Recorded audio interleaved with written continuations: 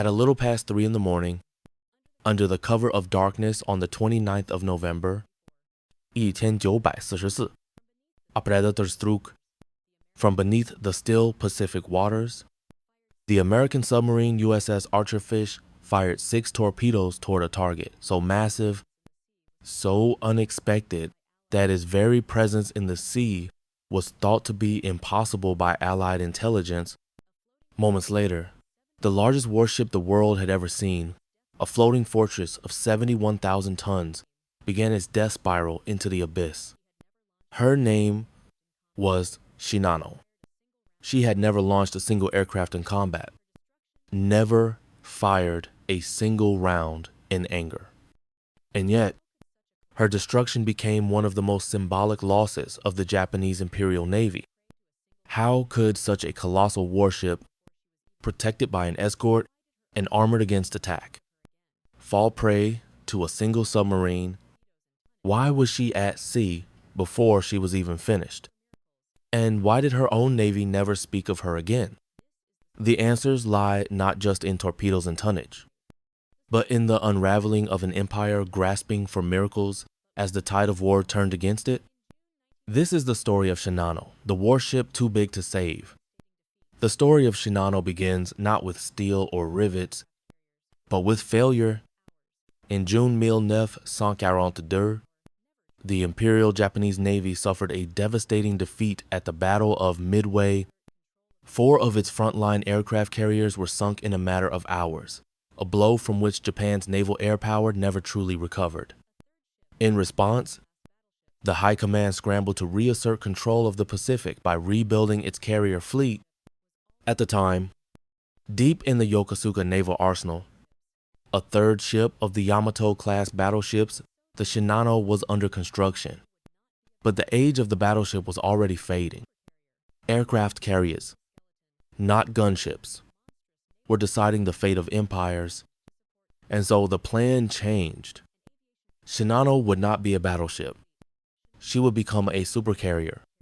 Her steel skeleton, designed to carry monstrous naval guns, was reimagined to support flight decks, hangars, and aviation fuel lines. Once complete, Shinano would be the largest aircraft carrier ever built, a logistical giant designed not for frontline action, but as a mobile fortress to repair, refuel, and rearm squadrons of carrier aircraft across the Pacific. In theory, she would be the heart of a rejuvenated Japanese fleet, but the theory never met reality. The year was 1944, and Japan was losing the war. The Allies had broken through the Marianas, captured Saipan, and were bombing Japanese cities from newly acquired airfields. The clock was ticking, and so the construction of Shinano was rushed to a frantic pace. Originally scheduled for completion in 1945, her deadline was pulled forward to November 1944. The order was simple: get her out of port. Now, before she could become a sitting target for American bombers, the vessel that emerged from the dockyards was a behemoth, displacing 71,000 tons and stretching almost 900 feet long. Shinano was built for endurance and scale. She carried enough aviation fuel to supply an entire task force, with massive workshops and stores embedded within her hull, but she was unfinished. Many of her compartments had not been properly sealed. Only 8 of her 12 boilers were operational. Hundreds of civilian workers were still aboard. Completing her systems as she left port, her commanding officer, Captain Toshio Abe, protested. He begged for a delay. He knew the risks. He had not even completed full pressure tests on her bulkheads, the essential armor that would hold the sea at bay in case of damage. But the order was absolute. Depart Yokosuka immediately. Sail west for the inland sea. So on the 28th of November, 1944, Shinano set out on her maiden voyage, flanked by 3 destroyers, Isokaze, Hamikaze, and Yukikaze. She slipped into the darkness. carrying 2,515 souls. Only hours later, over the horizon, a lone submarine surfaced. The submarine was USS Archerfish, and her skipper commander Joseph F. Enright was not a legendary name in the U.S. Navy. In fact, only a year earlier, Enright had requested to be relieved from command of his previous boat, USS Dace. After losing confidence in his own performance, now, with a new command and a second chance, Enright was patrolling the waters off Tokyo Bay on his first war patrol aboard Archerfish at 8:50 p.m. on the night of the 28th of November. The radar officer reported a massive contact, a target unlike any they'd seen before. The crew stared in astonishment as a silhouette emerged on the horizon. On aircraft carrier, vast and unfamiliar, moving slowly under a moonlit sky. Enright didn't know her name. He didn't know her purpose. But he knew one thing. This was no ordinary prize. This was a kill worth risking everything for. He authorized the use of active radar, a dangerous move that would alert the enemy to his presence, but one that gave him constant updates on the target's location. It began a long, tense pursuit, trying to calculate not just speed and course, but opportunity. Shinano, for her part, was steaming westward at a limited 20 knots due to mechanical limitations. On board, Captain Abe was aware of the submarine presence. His radar officers could hear the American pings loud and clear. But Abe made a fateful miscalculation. He believed that no single submarine could pose a serious threat to a ship as massive as Shinano. Only a coordinated wolf pack, multiple submarines launching a simultaneous attack, could bring down a vessel of her size. So when one of his escorts, the Isokaze, broke formation to pursue the submarine contact, Abe quickly recalled her. He feared a feint, a single submarine drawing off the destroyers so that others could pounce. Abe was preparing for a trap, but not the one he was actually sailing into. At 11:00 p.m., Shinano turned south at 20 knots, trying to break contact with the submarine.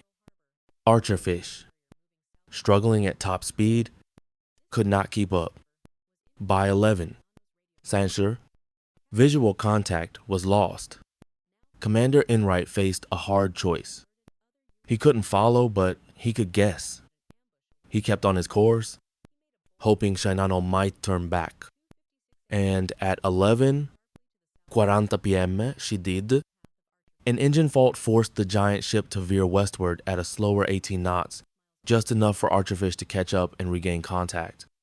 Now, the roles had reversed. The submarine was behind and gaining, positioning itself carefully south of Shinano. Archerfish crept ahead, waiting for the ship to fall into its crosshairs. Unbeknownst to both captains, a deadly alignment had begun. One, guided by instinct, malfunction, and fate. At 2:41 a.m., Enright radioed in his contact report to Pearl Harbor, describing a carrier moving southwest at 18 knots. This transmission, however, was intercepted by Shinano's radio crew. Captain Abe, already suspicious, now feared the worst, that the message had alerted other U.S. submarines. Convinced that an ambush awaited him near shore, he made a bold decision. At 2:56 a.m., he turned the ship sharply to the southwest, directly into the path of Archerfish. Commander Enright, watching through his periscope 7.5 miles away, could hardly believe his luck. The carrier had turned onto the exact heading he had hoped for. Now, with cold precision, Archerfish crossed her path and dove, waiting to strike from below. By 3:06 a.m., the submarine had gone silent. No more radar pings, no noisy. Captain Abe knew what that meant. The submarine was diving to attack. He tried to throw it off another course change to the south at 3. Sure, but it was too late. Archerfish had already found the perfect position. As the destroyers passed above, unaware of the deadly threat beneath them, Commander Enright waited. At exactly 3:15 a.m., he ordered the launch. 6 torpedoes hissed from their tubes, streaking through the water toward the massive steel hull. 2 minutes later, at 3:10 am, impact. The first explosion rocked the Shinano, followed by another, and then 2 more. 4 out of 6 torpedoes had hit their mark, an astonishing success. But even so, 4 torpedoes shouldn't have been enough to sink such a giant. His sister ship, Musashi, had taken 19 torpedoes and 17 bombs before going down at Leyte Gulf only a month earlier. Yet Shinano was different. Her construction had been rushed. Her bulkheads were unfinished. Her watertight doors were untested, and her crew was green. As seawater poured into the citadel, the heavily protected core of the ship disaster unfolded. 3 of the torpedoes had struck just below the surface, bypassing the anti-torpedo bulges and punching into storage tanks and vital engine spaces. In minutes, turbine rooms and boiler compartments were flooding. The ship began to list sharply to starboard. Lieutenant Commander Mikami, second in command, took over damage control. But it was already clear that the flooding was beyond containment. Water was coming in faster than it could be pumped out. And worse, Shinano was still steaming at full speed, putting unbearable pressure on the wounded hull. By 4:00 a.m., the list had reached 13 degrees. By 5:18 degrees, the ship was slowing down. Boiler rooms were shutting down as the freshwater systems failed, and hundreds of men were trapped below decks. Enright, unaware of the extent of the damage, had already slipped away.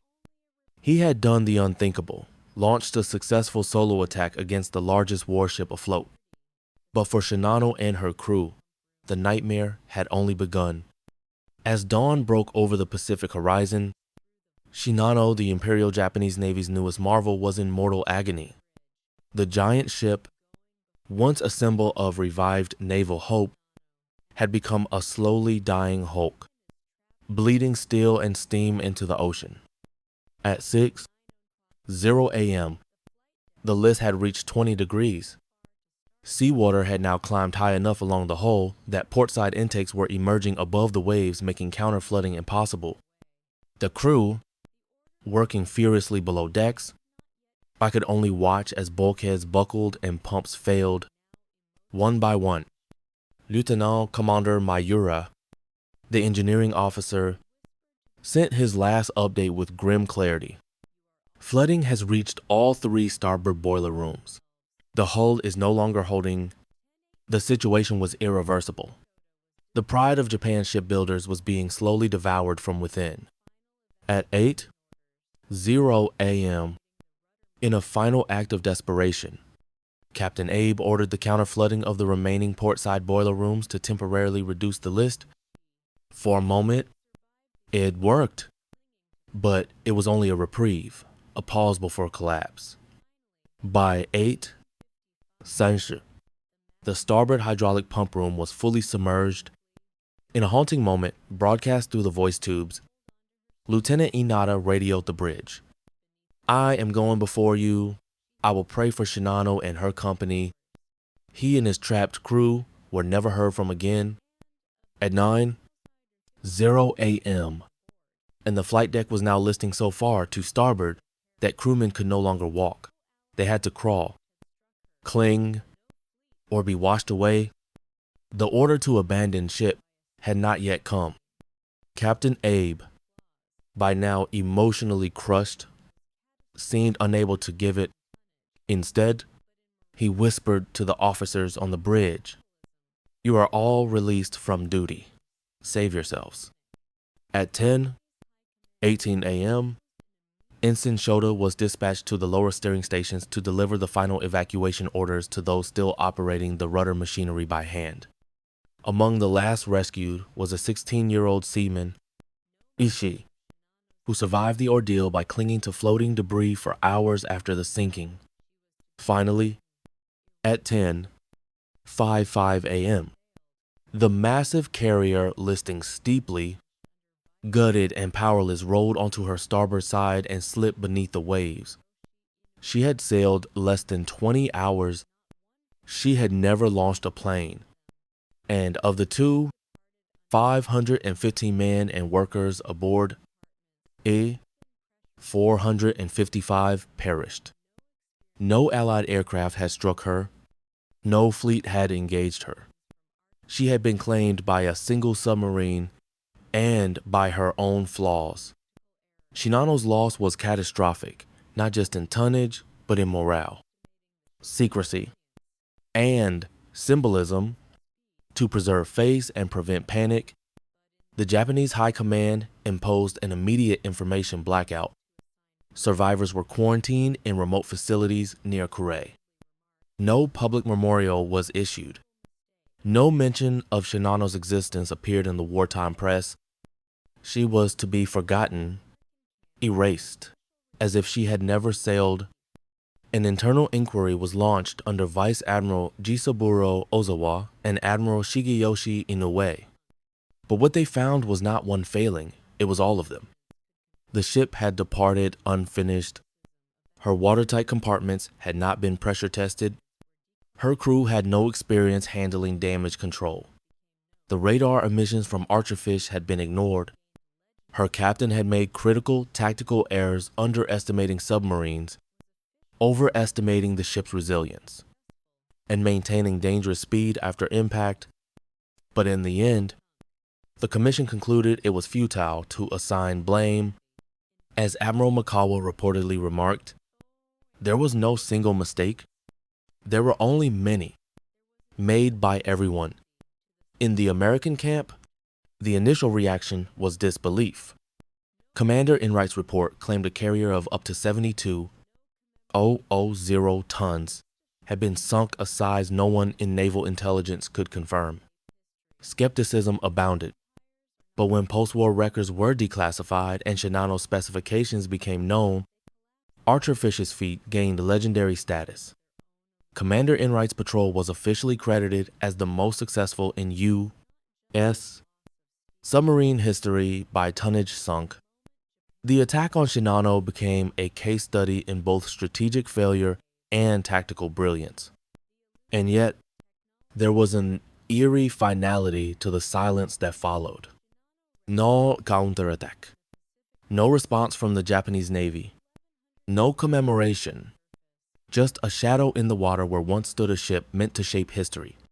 Empires are not always defeated in grand battles.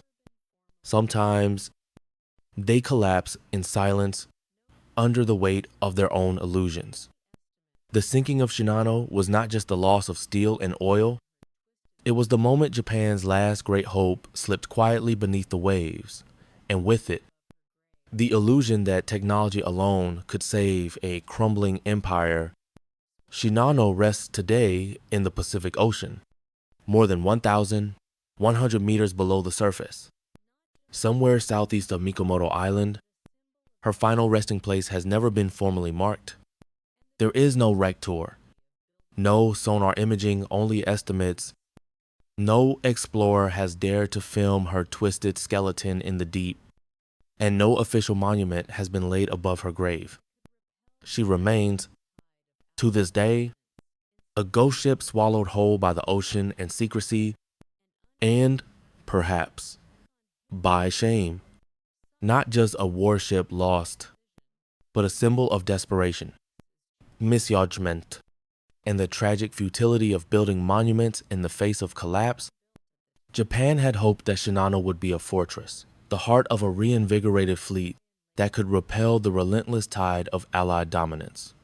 Instead, she became a metaphor, an unfinished giant built on haste and hope, sunk by a single strike of precision. The paradox is chilling.